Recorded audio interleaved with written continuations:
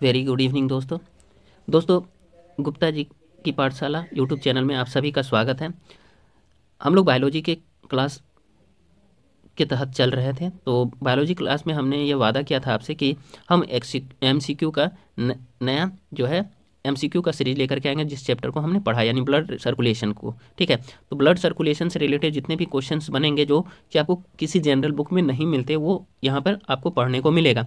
और ये सभी चीज़ तथ्यों को आप लोग ध्यान से पढ़ें, क्योंकि किसी भी प्रकार का मेरा वादा है कि किसी भी प्रकार का आपको ब्लड सर्कुलेशन या जो मैंने पढ़ाया उससे रिलेटेड अगर क्वेश्चन पूछेगा तो आप वहाँ से छोड़ करके नहीं आइएगा, क्योंकि आपका 100% सही होगा अगर ध्यान से आप लोग सही तरीके से पढ़ेंगे। 2 बार 3 बार 4 बार जितने भी मेरे क्लासेस हुए हैं उन वीडियो को आप लोग बार बार देखिए। ठीक है, चलिए तो स्टार्ट करते हैं हम लोग। पहला क्वेश्चन क्या है, अकशेरुकी जंतुओं में किस प्रकार का रक्त संचरण पाया जाता है? तो खुला परिसंचरण तंत्र पाया जाता है। चलिए पहले कुछ फैक्ट हैं उसको हम लोग देख लेते हैं। ठीक है, चलिए क्या है फैक्ट। प्लीहा में डब्ल्यूबीसी यानी वाइट ब्लड क्रप्सल्स का उत्पादन और आरबीसी का विनाश होता है, इसलिए आरबीसी का कब्रिस्तान किसको कहा जाता है? प्लीहा को आरबीसी का कब्रिस्तान कहते हैं। चलिए फिर देखिए, हीमोसाइटोमीटर वह उपकरण होता है जिसके द्वारा आरबीसी की संख्या ज्ञात की जाती है। आरबीसी की संख्या हीमोसाइटोमीटर के द्वारा ज्ञात की जाती है। नेक्स्ट हम लोग देखेंगे, विश्व में सर्वप्रथम हृदय परिवर्तन दक्षिण अफ्रीका के सर्जन डॉक्टर क्रिश्चियन बर्नार्ड द्वारा 1967 ईस्वी में किया गया था। इसका चर्चा हमने क्वेश्चन क्लास में भी किया हुआ है इन सभी का। चलिए, भारत में सर्वप्रथम हृदय परिवर्तन डॉक्टर वेणुगोपाल द्वारा नई दिल्ली में किया गया था। ठीक है, नेक्स्ट चलते हैं, लसिका घाव भरने में सहायता करती है। ठीक है, फिर हम लोग चलेंगे, लसिका कोशिकाएं कार्टिलेज, स्पाइनल कॉर्ड एवं मस्तिष्क में नहीं पाया जाता है, ध्यान रखिएगा इनको। ठीक है, नेक्स्ट हम लोग चलेंगे कि डॉक्टर मनुष्य की कलाई में स्थित रेडियल धमनी को स्पर्श कर हृदय की धड़कन का अनुमान लगा लेता है। किसको स्पर्श करता है? तो रेडियल धमनी को, ये ध्यान रखिएगा। नेक्स्ट हम लोग चलेंगे, एक स्वस्थ युवक की नाड़ी 1 मिनट में 72 बार धड़कती है, बच्चों की 120 बार धड़कती है, वृद्ध की 60 बार और भ्रूण की 150 बार। इंपॉर्टेंट है, ध्यान एकदम रट लीजिए इसको। ठीक है, नेक्स्ट हम लोग चलेंगे, हृदय की दीवार बाहर से अंदर की ओर एपिकार्डियम, मायोकार्डियम और इंडोकार्डियम से बनी होती है। ठीक है, ये लेयर जो है 3 प्रकार के कोशिकाओं से बनी होती है, एपिकार्डियम, मायोकार्डियम और इंडोकार्डियम से बनी होती है। चलिए नेक्स्ट हम लोग चलते हैं, रुधिर को जमने की क्या क्रिया है, एक बार फिर से देख लेते हैं। चोट लगने पर क्या होता है? रुधिर का बहाव होता है, थ्रोम्बोसाइट्स जिम्मेवार होता है। ठीक है, अब थ्रोम्बोसाइट्स क्या करता है? रक्त प्रोटीन से क्रिया करता है और प्रोथ्रोम्बोप्लास्टिन का निर्माण कर लेता है। ठीक, फिर क्या होता है? प्रोथ्रोम्बोप्लास्टिन जो होता है क्या होता है? कैल्शियम आयन तथा ट्रिप्टेज के साथ क्रिया करता है और सक्रिय थ्रोम्बिन का निर्माण करता है। और थ्रोम्बिन जो होता है फाइब्रिनोजन से क्रिया करके रक्त का थक्का बना लेता है। इस कुल रक्त का थक्का बनाने में कुल समय कितना लगता है? मिनिमम 2 मिनट्स और मैक्सिमम 8 मिनट के बीच में होता है इस क्रिया का पूरा संपादन। ठीक है, चलिए अब हम लोग एमसीक्यू देखते हैं।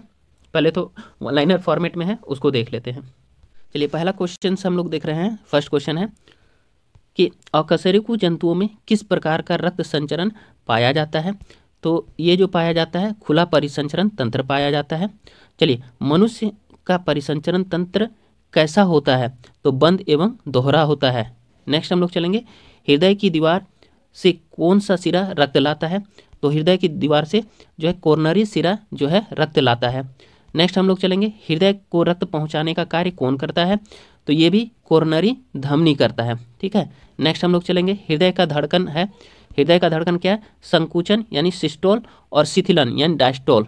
नेक्स्ट हम लोग चलेंगे, हृदय के भीतर संकुचन एवं शिथिलन के आवेग का प्रसारण किस रूप में होता है? तो यह विद्युत रासायनिक तरंगों के रूप में होता है। किस रूप में होता है? तो विद्युत रासायनिक तरंगों के रूप में होता है। नेक्स्ट हम लोग चलेंगे क्वेश्चंस पे। तो हृदय के विद्युत रासायनिक आवेग को किसके द्वारा मापा जाता है? तो यह मापा जाता है इलेक्ट्रोकार्डियोग्राम के द्वारा। किसके द्वारा? इलेक्ट्रोकार्डियोग्राम के द्वारा। चलिए नेक्स्ट हम लोग चलते हैं, हृदय धड़कन की स्वचालित क्रिया को मस्तिष्क में कौन नियंत्रित करता है? तो मेडुला ऑब्लांगेटा। कौन नियंत्रित करता है हृदय धड़कन को? मस्तिष्क के कौन सा अंग नियंत्रित करता है? Medulla oblongata. ठीक है, चलिए नेक्स्ट हम लोग क्वेश्चंस देखते हैं, हृदय की धड़कन के नियंत्रण में किन हार्मोनों की भूमिका होती है? तो किसकी भूमिका होती है? बहुत ही इंपॉर्टेंट है, थायरोक्सिन एवं एड्रेनलिन की महत्वपूर्ण भूमिका होती है हृदय धड़कन को नियंत्रित करने में। ठीक है, चलिए हृदय गति को नियंत्रित करने में किस रासायनिक पदार्थों की भूमिका होती है? तो इसमें किसकी भूमिका होती है? CO2 रासायनिक पदार्थ की भूमिका होती है। ठीक है, नेक्स्ट हम लोग चलेंगे कि रुधिर को वाहिनियों में जमने से रोकता है, कौन रोकता है? तो हिपेरिन रोकता है। रुधिर को वाहिनियों में जमने से कौन रोकता है? हिपेरिन। चलिए, रुधिर प्लाज्मा में प्रोथ्रोम्बिन तथा फाइब्रिनोजन प्रोटीन का निर्माण यकृत में किस विटामिन की सहायता से होता है? तो ये किसकी सहायता से होता है? किस विटामिन की? नेफ्थोक्विनोन की सहायता से जो है प्रोथ्रोम्बिन और फाइब्रिनोजन प्रोटीन का निर्माण यकृत में होता है। ठीक है, चलिए नेक्स्ट क्वेश्चन हम लोग देखते हैं। रुधिर के जमने में किस खनिज की आवश्यकता होती है? तो कैल्शियम आयन की होती है। किसकी होती है? कैल्शियम आयन की। ठीक है, नेक्स्ट हम लोग चलेंगे, कहाँ पर लसिका गांठों की संख्या अधिक होती है? तो लसिका गांठों की संख्या अधिक जो होती है कांख में, गर्दन में और पेड़ों में होती है। नेक्स्ट हम लोग चलेंगे, हृदय किस झिल्ली से घिरा होता है? तो हृदय जो है पेरिकार्डियल मेम्ब्रेन झिल्ली द्वारा घिरा होता है। ये ध्यान रखिएगा ये सब क्वेश्चंस। चलिए, किन रुधिर वाहिनियों में कपाट नहीं पाए जाते हैं? तो धमनी में जो है कपाट नहीं पाए जाते हैं। ठीक है, नेक्स्ट हम लोग चलते हैं, लसिका गांठों में किसका निर्माण होता है? तो लसिका गांठों में लिम्फोसाइट का निर्माण होता है। लिम्फोसाइट उत्तर हो जाएगा। नेक्स्ट हम लोग चलेंगे, सिर तथा कंधों में अनॉक्सीकृत हृदय रक्त को कौन सी सिरा लाती है? तो सुपीरियर वेना केवा सिरा लाती है। नेक्स्ट हम लोग चलेंगे, एक वयस्क के हृदय का रक्तदाब कितना होता है? तो 120/80 mmHg होता है। नेक्स्ट हम लोग चलेंगे, रक्तदाब मापने का उपकरण कौन सा? स्फिग्नोमेमोमीटर होता है। ठीक है, नेक्स्ट हम लोग चलेंगे, फेफड़ों से शुद्ध रक्त हृदय के बाएं आलिंद में कौन लाता है? तो कौन लाता है बाएं आलिंद में? पल्मोनरी सिरा। कौन होता है? पल्मोनरी सिरा होता है। ठीक है, नेक्स्ट हम लोग चलेंगे, हृदय में आलिंद निलय छिद्र का नियंत्रण किसके द्वारा होता है? तो ट्राई एवं बाइक स्पीड के द्वारा होता है। ठीक है, ट्राई एवं बाइक स्पीड के द्वारा आलिंद निलय छिद्र का नियंत्रण किया जाता है। ठीक है, नेक्स्ट हम लोग चलेंगे, सामान्यतः हृदय चक्र का समय कितना होता है? तो हृदय चक्र का समय 0.8 सेकेंड होता है। नेक्स्ट चलेंगे हम लोग, सबसे बड़ी लसिका उत्तक कौन सी है? तो सबसे बड़ी लसिका उत्तक कौन सी होती है? प्लीहा होता है। नेक्स्ट हम लोग चलेंगे, कार्ल एंड स्टीनर और वीनर ने रक्त में एक अन्य किस प्रकार के एंटीजन का पता लगाया था? तो RH फैक्टर का। ठीक है, हमने ये बताया था कि RH फैक्टर जिसमें रहेगा उसका ब्लड ग्रुप पॉजिटिव में रहेगा, जिसमें नहीं पाया जाएगा जैसे कि A पॉजिटिव, और जिसमें नहीं रहेगा उसमें RH फैक्टर जिसमें नहीं पाया जाएगा उसका ब्लड ग्रुप क्या होगा? नेगेटिव में रहेगा, यानी जैसे कि A नेगेटिव। ठीक है, आगे चलिए, कोलेस्ट्रॉल की सामान्य सीमा मानव में कितनी है? तो कोलेस्ट्रॉल की सामान्य सीमा मानव में 150 से लेकर के 260 mg/100 ml होता है। ठीक है, नेक्स्ट हम लोग चलेंगे, WBC का निर्माण कहाँ होता है? तो WBC का निर्माण लिम्फ नोड में होता है। रक्तदाब की खोज किसने की थी? इंपॉर्टेंट है, रक्तदाब की खोज किसने की थी? हेल्स ने की थी। किसने की थी? हेल्स ने। चलिए, अब हम लोग यहाँ पर क्वेश्चन पढ़ते हैं MCQ फॉर्मेट में, यानी ऑप्शनल फॉर्मेट में। ठीक है, चलिए, यहाँ क्वेश्चंस है कि हृदय के ऊपर कोष्ठक तथा नीचे का कोष्ठ क्रमशः कहलाता था। तो ऊपर वाला पार्ट आलिंद कहलाता था और नीचे वाला पार्ट क्या कहलाता था? निलय, जो हमने आगे क्वेश्चन पिछले क्लास में हमने बताया हुआ था। ठीक है, तो B नंबर इसका उत्तर हो जाएगा। हृदय की भित्ति में कितनी परतें होती है? हृदय की भित्ति में कितने परतें होती है? तो मैंने बताया था, अभी थोड़ा देर पहले ही चर्चा किए थे, 3 होती है। ठीक है, रक्तवाहिनी का मध्य आवरण किसका बना होता है? रक्तवाहिनी का मध्य आवरण आरेखित पेशियों का बना होता है। किसका? उत्तर हो जाएगा आरेखित पेशियों का। चलिए, निम्न में से कौन लिम्फ में नहीं पाया जाता है? तो लिम्फ में कौन नहीं पाया जाता है? तो RBC लिम्फ में नहीं पाया जाता है, ध्यान रख लीजिएगा। ठीक है, यानी लाल रुधिराणु नहीं पाया जाता। D number answer. लाल रुधिराणुओं को आसुत जल या निम्न वलीय घोल में रखे जाने पर क्या परिवर्तन होगा? ठीक है, आसुत जल या निम्न वलीय घोल में रखे जाने पर क्या परिवर्तन होगा? 4 ऑप्शन है, तो ये क्या होता है? इसका आंसर क्या हो जाएगा कि फूल कर ये फट जाएंगे। क्या हो जाएंगे? फूल कर फट जाएंगे। चलिए, 176 नंबर क्वेश्चन हम लोग देख सकते हैं। यहां बोल रहा है सूची 1 को सूची 2 से सुमेलित कीजिए। 1 मिनट, हाँ, चलिए, स्फिग्नोमेनोमीटर ये क्या करता है? रक्तदाब की माप करता है। ECG क्या होता है? इलेक्ट्रोकार्डियोग्राफ होता है। हीमोग्लोबिन क्या होता है? हीमोग्लोबिन का ऑक्सीजन से बंधुता होती है। और हृदय का पेसमेकर क्या होता है? सिरा आलिंद गांठ होता है। तो इसके अनुसार आंसर क्या होना चाहिए? सी नंबर। कितना नंबर है? सी नंबर आंसर है। ठीक है, ठीक है। चलिए नेक्स्ट हम लोग चलते हैं। सार्विक रक्त आदाता किसको कहते हैं? तो सार्विक रक्त आदाता हमने कई बार चर्चा किया है पिछले क्लास में, ए बी वर्ग को। सार्विक आदाता मतलब होता है यूनिवर्सल रिसिपेंट या रिसीवर। ठीक है, नेक्स्ट हम लोग चलेंगे ए बी ब्लड ग्रुप। ठीक है, 178 नंबर हम लोग क्वेश्चन देखेंगे कि 1 घन मिलीमीटर में श्वेत रक्त कोशिकाओं की संख्या कितनी होती है, यानी WBC की संख्या कितनी होती है? तो 6000 से लेकर के 10,000 के बीच, कहीं कहीं 7 से 11,000 के बीच भी मिलेंगे। तो ऑप्शन के अनुसार आप लोग देख लीजिएगा। ठीक है, इसके अनुसार यही आंसर होगा इस क्वेश्चन के अनुसार। चलिए 179 नंबर क्वेश्चन हम लोग देखेंगे। क्या है 179 में? कनिका कोशिकाओं के बारे में क्या असत्य है? तो इसमें चारों ऑप्शन हम लोग देखते हैं। पहले चारों ऑप्शन में क्या है? इन्हें बहुरूपक केंद्रक कोशिकाएं भी कहते हैं। बी नंबर है, ये श्वेत रक्त कोशिकाओं का लगभग 75% होता है। सी नंबर देखेंगे हम लोग, इसकी उत्पत्ति यकृत में होती है। डी नंबर देखेंगे, इन कोशिकाओं का केंद्रक बहुखंडित होता है। तो इनमें से जो है कौन सा बोल रहा है असत्य है? तो ये असत्य कौन सी है? तो इनकी उत्पत्ति यकृत में होती है। सी नंबर इसका आंसर हो जाएगा। कौन असत्य है? सी नंबर इसका आंसर हो जाएगा। ठीक है, सी नंबर आंसर हो जाएगा। यही असत्य है, बाकी तीनों सही है कि कनिका कोशिकाओं को बहुरूप केंद्रक कोशिकाएं कहते हैं। ये श्वेत रक्त कोशिकाओं का लगभग 75% होता है और इन कोशिकाओं का केंद्रक जो होता है बहुखंडित होता है। ये तीनों सत्य है, लेकिन सी नंबर असत्य है। चलिए थोड़ा ध्यान से क्वेश्चन को देखिएगा कि क्वेश्चन क्या कह रहा है, सत्य कह रहा है कि असत्य कह रहा है।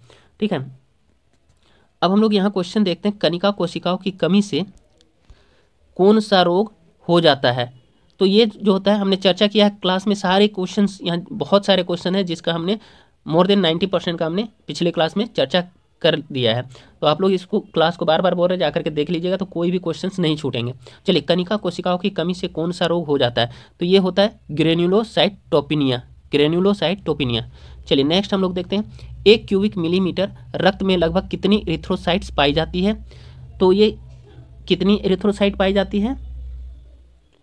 लगभग 50 लाख। कितनी? 50 लाख। हमने ये चर्चा किया था कि एरिथ्रोसाइट्स किसको कहते हैं? आरबीसी को कहते हैं, रेड ब्लड क्रप्सल्स को कहते हैं, यानी लाल रक्त कोशिकाओं को कहते हैं। हमने ये बताया था कि 45 से 55 मिलियन के बीच में क्या होता है, एक मनुष्य में क्या होते हैं आपका एरिथ्रोसाइट्स यानी आरबीसी पाया जाता है, और इसका एवरेज निकालिएगा तो 50 लाख होगा। तो चलिए नेक्स्ट हम लोग चलते हैं। अब यहाँ पर 182 नंबर क्वेश्चन हम लोग देखते हैं कि यहाँ बोल रहा कौन सा कथन सत्य है? तो कौन सा कथन, इनमें से कौन सा कथन सत्य है? तो ए नंबर नहीं होगा, क्योंकि पुरुषों की अपेक्षा महिलाओं में ए नंबर महिलाओं में लोह तत्व विकास पुरुषों की अपेक्षा, इसका ऑप्शन देखते हैं हम लोग। चलिए यहाँ क्या बोल रहा है कि महिलाओं में लोह तत्व का विकास पुरुषों की अपेक्षा अधिक होती है, यही सही है। ठीक है, यह इनमें से कौन सा कथन सत्य है? महिलाओं में लोह तत्व का विकास पुरुषों की अपेक्षा अधिक होती है। चलिए बाकी सब गलत है यहाँ पे। लाल रक्त कोशिकाओं की औसत आयु कितनी होती? कई बार चर्चा किया हमने, तो ये देख करके ही मानना चाहिए 120 दिन। ठीक है, एक स्वस्थ व्यक्ति में रक्त का परिमाण एक समान होता है। ठीक है, इसका नियंत्रण मुख्यतः किस पर निर्भर करता है? इसका नियंत्रण मुख्यतः किस पर निर्भर करता है, यही पूछ रहा है क्वेश्चन में। तो इसका हो जाएगा वाहिकाओं तथा उत्तकों के प्रसारण दाब पर। किस पर? वाहिकाओं तथा उत्तकों के प्रसारण दाब पर इसका उत्तर हो जाएगा। चलिए, रक्त में जल की मात्रा हमने बोला था 90 से 92%, अगर एवरेज निकालिएगा तो कितना हो जाएगा? 91%। चलिए देखिए, रक्त में जल की मात्रा लगभग कितनी होती है? तो 91%। कितना? 91%। चलिए 186 नंबर हम लोग क्वेश्चन देखेंगे कि रक्त में प्रोटीन की मात्रा लगभग कितनी होती है? रक्त में प्रोटीन की मात्रा लगभग कितनी होती है? तो इसका हो जाएगा लगभग 8% प्रोटीन होता है। रक्त में प्रोटीन की मात्रा लगभग 8% होती है।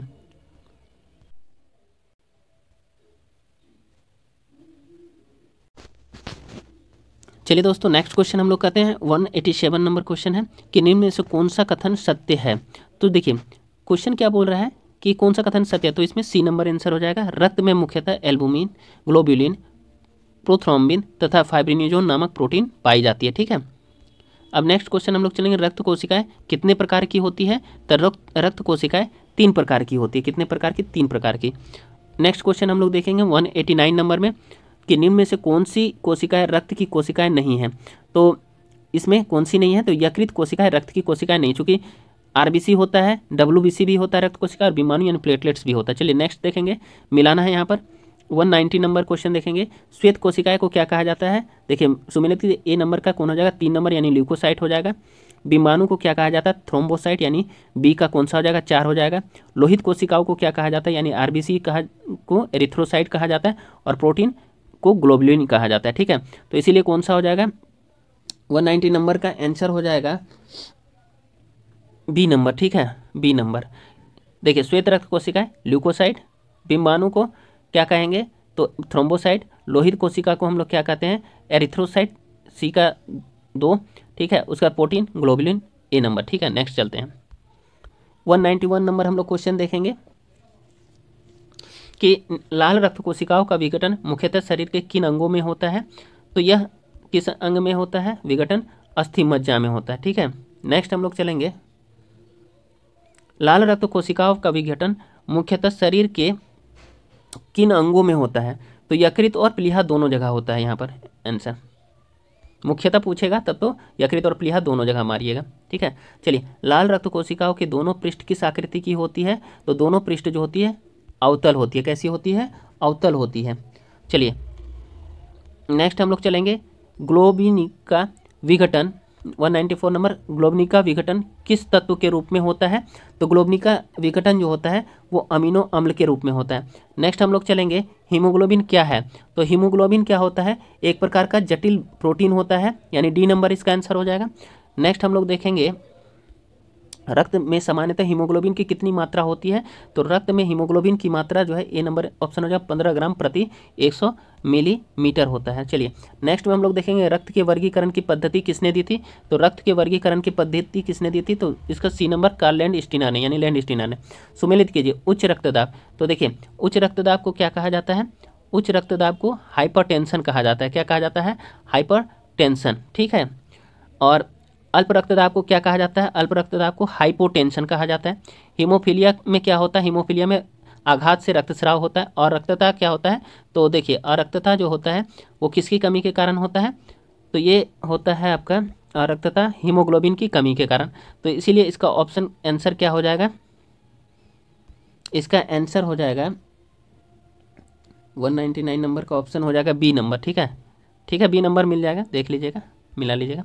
चलिए, जब एक केंद्रक श्वेत कोशिकाओं एक 200 नंबर है ना, एक मिनट, चलिए फिर से पढ़ते हैं। एक केंद्रक श्वेत कोशिका को किस नाम से जाना जाता है? केंद्रक श्वेत कोशिका को किस नाम से जाना जाता है? तो ये जाना जाता है आपका किसके नाम से? मोनोसाइट के नाम से। ठीक है, नेक्स्ट हम लोग देखते हैं 201 नंबर का फिर से सुमेलित करना है। तो रक्त प्लाज्मा हल्के पीले रंग का तरल पदार्थ होता है, यानी ए का 3। ठीक है, एल्बुमिन क्या होता है? एल्ब्यूमिन जो होता है वो क्या होता है? तो एल्ब्यूमिन होता है आपका ऑस्मोटिक दाब स्थापित करना। ठीक है, फिर सी नंबर का क्या होगा?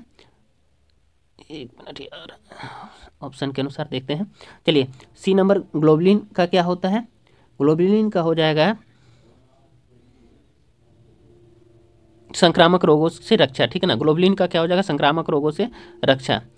ग्लोबुलिन का संक्रामक रोगों से रक्षा होती है। ठीक है, और फाइब्रिनोजन क्या होता है? रक्त का स्कंदन यानी रक्त का थक्का। तो इसके अनुसार कौन सा ऑप्शन हो जाएगा? तो ऑप्शन नंबर सी आंसर हो जाएगा। ठीक है, अब यहाँ देखिए सी नंबर कैसे हुआ? तो रक्त प्लाज्मा ए नंबर का 3 नंबर हल्के पीले रंग का तरल पदार्थ। बी नंबर यानी एल्बुमिन का क्या हो जाएगा? संक्रामक रोगों की एक बी नंबर, हाँ, संक्रामक रोगों से रक्षा एल्बुमिन का। ग्लोबुलिन का क्या होगा? ग्लोबुलिन का इसका एक मिनट, थोड़ा सा गलती हो रही है। ठीक है, चलिए देखते हैं। इसका आंसर सी नंबर है। ठीक है, तो रक्त प्लाज्मा का क्या हो जाएगा? रक्त प्लाज्मा का हो जाएगा हल्के पीले रंग का तरल पदार्थ। ठीक है, यानी ए नंबर का 3 नंबर। ठीक है, फिर एल्बुमिन क्या होता है? एल्बुमिन ऑस्मेटिक दाब स्थापित करता है। ठीक है, ग्लोबुलिन क्या होता है? ग्लोबुलिन जो होता है संक्रामक रोगों से रक्षा करेगा। ठीक है, संक्रामक रोगों से रक्षा करेगा। और फाइब्रिनोजन क्या होता है? रक्त का स्कंदन करता है। तो देखिए आंसर देख ऐसे ठीक थे, लेकिन जब आंसर देख लिए तब गड़बड़ हो रहे थे। अब ठीक है, चलिए नेक्स्ट है, जीवन में मानव रक्त हल्का क्षारीय होता है। ठीक है, तो इसका पीएच मान कितना होता है? देखिए जीवन में मानव रक्त हल्का क्षारीय होता है, इसका पीएच मान कितना होता है? बी नंबर 7.35 से 7.45, यानी बी नंबर आंसर होगा। चलिए 203 नंबर हम लोग क्वेश्चन देखेंगे कि रक्त में रक्त विमाणुओं की संख्या लगभग कितनी होती है? तो रक्त में रक्त विमाणुओं की संख्या लगभग ए नंबर 1 घन मिलीमीटर में लगभग 3 लाख होती है। ठीक है, चलिए नेक्स्ट हम लोग देखेंगे 204 नंबर क्वेश्चन है। तो 204 नंबर क्वेश्चन में हम लोग क्या देखेंगे कि निम्नलिखित कथनों में से कौन सा कथन असत्य है? तो पहले हम लोग देखते हैं इसमें सत्य कौन कौन सा है। न्यूट्रोफिल्स में प्रोटीन विघटनकारी एंजाइम होता है जिसकी सहायता से जीवित ऊतकों को विघटित कर सकते हैं, बिल्कुल ये ठीक है। न्यूट्रोफिल्स और मोनोसाइट शरीर को सूक्ष्म जीवों से बचाने में योगदान देते हैं, बिल्कुल रक्षा करते हैं, ये भी ठीक है। रक्त हमेशा अम्लीय होता है, गलत है। रक्त हमेशा कैसा होता है? क्षारीय, चूंकि 7.4 इसका पीएच मान होता है। डी नंबर देख लीजिए, फाइब्रिनोजन नामक प्रोटीन रक्त के स्कंदन के लिए अनिवार्य है, ये भी ठीक है। तो सी नंबर इसका आंसर हो जाएगा, यही असत्य है, बाकी सब सही है। चलिए 205 नंबर आंसर हम क्वेश्चन देखते हैं। तो 205 नंबर क्वेश्चन का क्या हो जाएगा कि किस प्रकार के रक्तदाब द्वारा रक्त उन रक्त वाहिकाओं की भित्तियों को दबाता है जिन्हें वह प्रवाहित जिनमें वह प्रवाहित होता है। ठीक है, किस प्रकार के रक्तदाब द्वारा रक्त उन रक्त वाहिकाओं की भित्तियों को दबाता है जिनमें वह प्रवाहित होता है। तो इसका आंसर क्या हो जाएगा? देखिए 4 ऑप्शन दिए हैं, तो 4 ऑप्शन के अनुसार इसका आंसर हो जाएगा धमनीय रक्तदाब। कौन सा हो जाएगा? धमनीय रक्तदाब। नेक्स्ट हम लोग चलते हैं कि निम्न कथनों में कौन सा कथन सत्य नहीं है। ध्यान दीजिएगा, कौन सा कथन सत्य नहीं है। तो इनमें से इसका आंसर पहले हम लोग देख लेते हैं। इसका आंसर क्या हो जाएगा?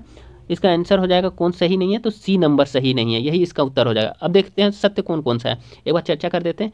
नीले प्राकुंचन के समय जब बायां नीले रक्त को एओर्टा में बलपूर्वक प्रवाहित करता है तो रक्तदाब सर्वाधिक क्या होता है? सिस्टोलिक दाब कहलाता है। ठीक है, क्या कहलाता है? सर्वाधिक तथा सिस्टोलिक दाब कहलाता है। डायस्टोल के समय रक्तदाब घट जाता है तथा इस काल में पाए जाने वाले निम्नतम दाब को डायस्टोलिक दाब कहते हैं। ए और बी दोनों सही है। डी नंबर देखिए, डायस्टोलिक दाब का मापन स्टेथोस्कोप की सहायता के बिना नहीं किया जा सकता, यानी ए बी डी सही है। तो कौन गलत था इसमें? सी नंबर गलत था। ठीक है, कौन सा गलत था? सी नंबर। धमनीय रक्तदाब का मापन स्पेक्ट्रोमीटर से किया जाता है, यही इसका आंसर हो जाएगा। चलिए आगे बढ़ते हैं। 207 नंबर क्वेश्चन हम लोग देखेंगे दोस्तों। 207 नंबर में बोल रहा है प्रोथ्रोम्बिन को थ्रोम्बिन में बदलने के लिए किस एंजाइम की भूमिका महत्वपूर्ण होती है? तो किस एंजाइम की भूमिका महत्वपूर्ण होती है? ये होता है थ्रोम्बोकाइनेज। क्या होता है? थ्रोम्बोकाइनेज। थ्रोम्बोकाइनेज एंजाइम को किस और नाम से भी जानते हैं? तो 208 नंबर का क्या हो जाएगा? इसको थ्रोम्बोप्लास्टिन के नाम से भी जाना जाता है। नेक्स्ट हम लोग चलेंगे 209 नंबर का। तो 209 नंबर क्या है? प्रोथ्रोम्बिन का निर्माण कहाँ होता है तथा इसके निर्माण में कौन सा विटामिन आवश्यक होता है? तो इसका निर्माण जो होता है यकृत में होता है और विटामिन के की आवश्यकता होती है। चलिए नेक्स्ट चलेंगे। रक्त के स्कंदन के लिए 4 आवश्यक घटकों में कौन सा नहीं है? देखिए 4 आवश्यक घटक में कौन कौन सा होता है? तो देखिए कैल्शियम का होता है, ये नंबर ठीक है। कोशिका भित्ति की भी आवश्यकता होती है, फाइब्रिन की आवश्यकता होती है, थ्रोम्बिन की आवश्यकता होती है। तो किसकी आवश्यकता नहीं होती? एल्बुमिन की आवश्यकता नहीं होती, यानी डी नंबर आंसर हो जाएगा। चलिए परिसंचरण तंत्र में यदि किसी स्थान पर थक्का जम जाए तो उसे क्या कहते हैं तथा इस स्थिति को क्या कहते हैं? तो इस स्थिति को क्या कहा जाता है? इस स्थिति को थ्रोम्बोसिस या थ्रोम्बस कहा जाता है। ठीक है, चलिए शरीर के अन्य सभी अंगों की तुलना में किस अंग को ऑक्सीजन की सर्वाधिक आवश्यकता होती है? ये आँख कान मूंद करके मस्तिष्क को, ठीक है ना, किसको? मस्तिष्क को। ठीक है, मस्तिष्क को। चलिए नेक्स्ट अब हम लोग चलते हैं यहाँ पर। फुफ्फुस वाल्व कहाँ स्थित होता है? चलिए फुफ्फुस वाल्व कहाँ अवस्थित होता है? तो इसका आंसर ए हो जाएगा, दाएं नीलाय और फुफ्फुस धमनी के बीच। दायां नीलाय और फुफ्फुस धमनी के बीच। चलिए निम्न कथनों में कौन सा असत्य है? तो कौन सा असत्य है? पहले हम लोग असत्य वाला देख लेते हैं, कौन सा असत्य है। तो यह असत्य है आपका, हृदय जितना रक्त धकेलेगा उससे कम रक्त प्रति मिनट सिराव द्वारा हृदय में वापस आता है, यानी इसका आंसर यही हो जाएगा। अब सत्य कौन कौन सा देख लीजिए। ए नंबर में बोल रहा है प्रकुंचन सिस्टोल में हृदय के कोष्ठ सिकुड़ते हैं, बिल्कुल ये ठीक है। अनुशीथलन यानी डायस्टोल में हृदय के कोष्ठ रक्त से भरकर फूल जाती है, ये भी ठीक है। आलिंदों का प्राकुंचन अल्पकालीन होता है, ये तीनों सही है, लेकिन असत्य कौन सा है? D number. चलिए 215 नंबर क्वेश्चन हम लोग पढ़ते हैं कि परिसंचरण तंत्र में निम्न में से कौन सम्मिलित है? तो कौन सम्मिलित है? हृदय शामिल है। ठीक है, चलिए 216 नंबर हम लोग क्वेश्चन देखते हैं कि क्या है 216 नंबर में कि इसमें सूची 1 को सूची 2 से मिलाना है। देखिए हृदय का काम क्या होता है? 3 नंबर रक्त को सारे शरीर में प्रवाहित करना। ठीक है, ए नंबर का 3 नंबर रक्त को सारे शरीर में प्रवाहित करना। ठीक है, फिर इसका क्या हो जाएगा आपका? धमनियाँ क्या करती है कि रक्त को हृदय के अंगों तक पहुंचाती है। ठीक है, यानी बी नंबर का 4 नंबर हो जाएगा। फिर देखिए सी नंबर में बोला सिराय, तो सिराय जो है इसका 2 नंबर आंसर होगा। रक्त के शरीर से हृदय तक पहुंचाना, रक्त को शरीर से हृदय तक पहुंचाना। कोशिकाएं क्या होती है, धमनी तथा सिराओं को रक्त का सम्मिलन करती है, यानी इसका कुल मिलाकर के आंसर क्या होगा, ए नंबर हो जाएगा। ठीक है, इसको आप लोग देख लीजिएगा। चलिए नेक्स्ट हम लोग चलते हैं। पेरिकार्डियम व हृदय के बीच कौन सा तरल भरा होता है। इसका हमने चर्चा किया है, जो क्लास है पिछले क्लास जो हमने डिटेल में क्लास किया है उसमें इन सभी चीज़ों का चर्चा किया है कि क्या उसमें लिक्विड होता है, कैसे काम करता है, कैसे नहीं करता है। इन सभी चीज़ों का हमने पिछली क्लासेस में चर्चा किए हुए हैं। तो इसको आप लोग बार बार बोल रहे हैं, वीडियो जा करके आप लोग देख लीजिए, ज़्यादा अच्छा रहेगा। तो देखिए पेरिकार्डियम व हृदय के बीच कौन सा तरल भरा रहता है, तो पेरिकार्डियल तरल भरा रहता है। चलिए 218 नंबर हम लोग क्वेश्चन देखेंगे कि सूची 1 को सूची 2 से क्या करना है, मिलाना है। तो यहाँ पर 1 मिनट, हाँ चलिए पेरिकार्डियम, तो इसका आंसर देख लेते हैं, उसके बाद मिला लेंगे। ठीक है, इसका आंसर हो जाएगा सी नंबर। ठीक है, क्या हो जाएगा, सी नंबर। ठीक, अब चलिए पेरिकार्डियम जो है क्या है, ए नंबर का 3 नंबर, तो ए नंबर का 3 नंबर में हृदय की सबसे बाहरी परत है। फिर बी नंबर का 4 नंबर यानी मायोकार्डियम का हो जाएगा, हृदय की मध्य परत हो जाएगी। ठीक है, हृदय की मध्य परत हो जाएगी। एंडोकार्डियम क्या है, तो सी नंबर का हमने बोला कि 2 नंबर यानी हृदय की सबसे भीतरी परत को क्या कहते हैं, एंडोकार्डियम कहा जाता है। और एओर्टिक बल्ब क्या होता है, बाएं निलय तथा महाधमनी के बीच का बल्ब होता है। चलिए नेक्स्ट हम लोग चलेंगे। सिस्टोलिक 219 नंबर, सिस्टोलिक एवं डायस्टोलिक प्रेशर के अंतर को किस नाम से जाना जाता है। तो देखिए सिस्टोलिक और डायस्टोलिक प्रेशर के अंतर को किस नाम से जाना जाता है, वेरी इंपॉर्टेंट है। तो इसको नाड़ी दाब कहते हैं, क्या कहते हैं, नाड़ी दाब, ए नंबर। चलिए नाड़ी दाब कहा जाता है इसको। 220 नंबर आंसर क्वेश्चन देखेंगे। स्त्रियों में पुरुषों की तुलना में रक्तदाब कितना होता है, इंपॉर्टेंट है। ठीक है, बोल रहा है कि स्त्रियों में पुरुषों की तुलना में रक्तदाब कितना अधिक होता है, तो ये होता है 5 से 10 mm कम, 5 से 10 mm कम होता है। ठीक है, चलिए धमनियों में रक्तदाब सिराओं की तुलना में होता है, धमनियों में रक्तदाब सिराओं की तुलना में कैसी होती है, तो ये होता है अधिक होता है। कैसा होता है, अधिक। चलिए नेक्स्ट बोलेंगे हम लोग, शरीर के किन भागों में रक्त का प्रवाह तेज होता है, इंपॉर्टेंट है। तो यह होता है किसमें, महाधमनी में। कहाँ पे, महाधमनी में। चलिए 223 नंबर हम लोग क्वेश्चन देखेंगे। 223 नंबर में क्या बोल रहा है कि कोशिका सैया यानी कैपिलरी बेड क्या है, तो कैपिलरी बेड जो है क्या है, कैपिलरी बेड क्या होता है, तो ये होता उत्तकों में, ए नंबर आंसर हो जाएगा। उत्तकों में रक्त जिन अनेक कोशिकाओं में से प्रवाहित होता है उन सब का सम्मिलित रूप ही कोशिका सैया कहलाती है। ठीक है, नेक्स्ट हम लोग चलते हैं 224 नंबर हम लोग देखेंगे। 224 नंबर में बोल रहा है कि हृदय की धड़कन नियंत्रित करने के लिए निम्न में से क्या आवश्यक है, हृदय की धड़कन को नियंत्रित करने के लिए निम्न में से क्या आवश्यक है, तो ये आसान है, सोडियम आवश्यक है। क्या चीज़ आवश्यक है, सोडियम। चलिए 225 नंबर क्वेश्चन हम लोग देखेंगे कि मानव शरीर में किसमें अतिरिक्त रक्त भंडारित रहता है, जहाँ से क्या होता है, कमी होने की स्थिति में रक्त मोचन होता है। और मानव शरीर में निम्नलिखित में से किसमें अतिरिक्त रक्त भंडारित होता है, जहाँ से कमी होने की स्थिति में रक्त का मोचन होता है, तो इसका उत्तर क्या होगा, तो इसका उत्तर हो जाएगा प्लीहा से। कहाँ से, प्लीहा से, यानी सी नंबर। चलिए इसीलिए तो इसको ब्लड बैंक कहा जाता है, प्लीहा को, स्प्लीन को। किस शारीरिक प्रक्रम से थ्रोम्बिन का संबंध है, तो किससे है, तो रक्त जमाव यानी ब्लड क्लोटिंग से संबंधित है इसका थ्रोम्बिन का संबंध। चलिए नेक्स्ट हम लोग देखेंगे, मानव कलाई में नाड़ी स्पंदन करती है किस से, तो उसी दर से जिस पर हृदय करता है, सी नंबर आंसर हो जाएगा। ठीक है, चलिए नेक्स्ट नंबर, मस्तिष्क होता है, क्या होता है भाई, मस्तिष्क क्या होता है, 228 नंबर क्वेश्चन, मस्तिष्क क्या होता है, तो मस्तिष्क जो होता है वो एक्टोडर्मी होता है। क्या होता है, एक्टोडर्मी। चलिए प्रमस्तिष्क सेरिब्रम गोलार्ध का कार्य है, क्या प्रमस्तिष्क गोलार्ध का काम क्या है, तो 229 नंबर देख लेंगे, तो इसका होता है चिंतन केंद्र होता है।